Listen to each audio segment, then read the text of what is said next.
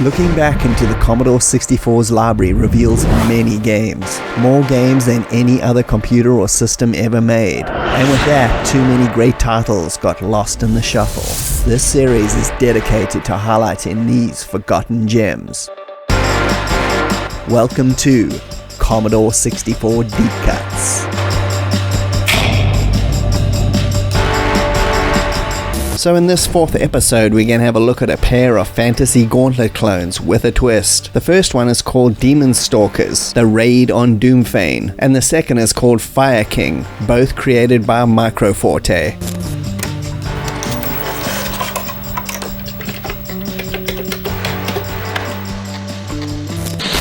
Stalkers, the raid on Doomfane was released in 1987 by Microforte and distributed by Electronic Arts. When you boil it down, it's basically a Gauntlet clone in its simplest terms. But Stalkers has enough personality and features to make it not only a good one, but one that's well worth your time. Your mission in the game is to head down a 100-level dungeon and kill the head demon Calvrak. On the way, loot as much gold and magical artifacts as you can. Gameplay is simply blast all manner of beasts, ghosts and monsters while looking for keys to open doors to the next level.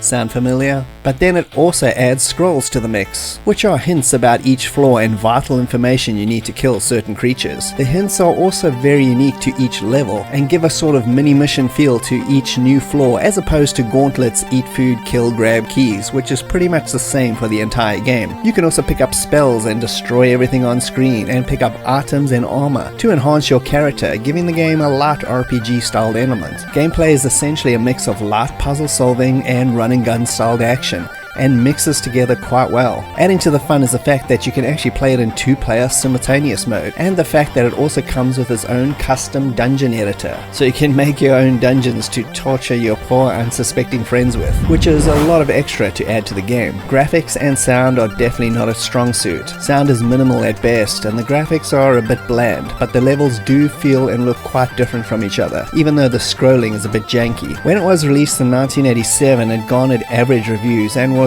gone the next day. Microforte, the company that made this, only released a handful of games, but their follow-up to this, which we'll look at shortly, really takes this basic concept and runs with it. Stalkers, although not visually or sonically top-notch, was a game that with a few simple twists made the Gauntlet concept feel like a full-fledged adventure as opposed to a simple arcade romp, and it definitely deserves a second look, or a first if you've never played it originally. We interrupt our program to bring you this important message. This is the 500XJ from Epix. It is the highest scoring joystick that has ever been built.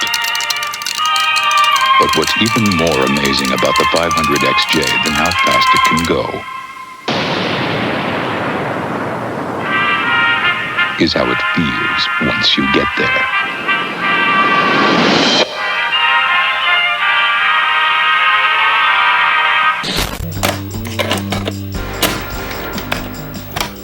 Fire King was released in 1989, developed by the Australian company Microforte, and is seen as the sequel to 1987's Stalkers. Fire King, however, takes all the potential elements of demons and boosts them to the next level, and makes a massively satisfying game that for whatever reason is still considered a really obscure and forgotten C64 title. The story goes the once mighty Fire King who ruled the land has been murdered, and all the elemental mages have disappeared as well, sending the populace into a panic as demons are flooding the land and food is becoming scarce. You're tasked with taking on the quest to find out the source of the chaos and take it down. The game starts off with a really impressive rock-styled Sid tune that feels a little bit like it belongs more in an accolade racing game than to a fantasy adventure, but it is nevertheless pretty damn awesome, as you get to pick from 6 different characters to go on your quest. Each is more skilled in certain areas like magic or weaponry, etc, and then it's off to the game. It's much more story driven than before, almost feeling like an RPG, even though the basic gameplay is action. You get to solve way more puzzles, find your ways into secret areas, loot, upgrade your character, and so much more. What's interesting is that it's not simply a dungeon crawler, but a full-fledged adventure with towns to explore, dungeons, forests, etc, as you follow the clues and expand the whole adventure. You can hold up to 7 unique items at a time with multiple copies of each as well. All these aid you with either magic, such as being able to walk on water or disguise yourself as another monster, to items used to solve the many puzzles. The scrolls and lore is what sets this game apart from merely being a Gauntlet clone, adding constantly to the story, making each area fun to explore. The graphics are greatly improved over its predecessor, much smoother, and the variety of the environments is vast to say the least. And it also sports much better sound effects, although they're still pretty forgettable. Fire King is another game that came and went in a flash. Most publications never even reviewed the C64 version. One that I found hilarious was a bad review from your Commodore in their September '89 issue, saying almost nothing bad about the game whatsoever, but then just slapping a 50% overall rating on it. It's so confusing. I honestly have to wonder who they were getting back then to do these game reviews, because looking back in retrospect, there were a lot of terrible takes on really great games. Regardless, Fire King is another forgotten gem buried very deep in the C64 vaults, and hopefully if you've never heard of it or played it, this has shed a little bit of light on something new to play on your old bread box.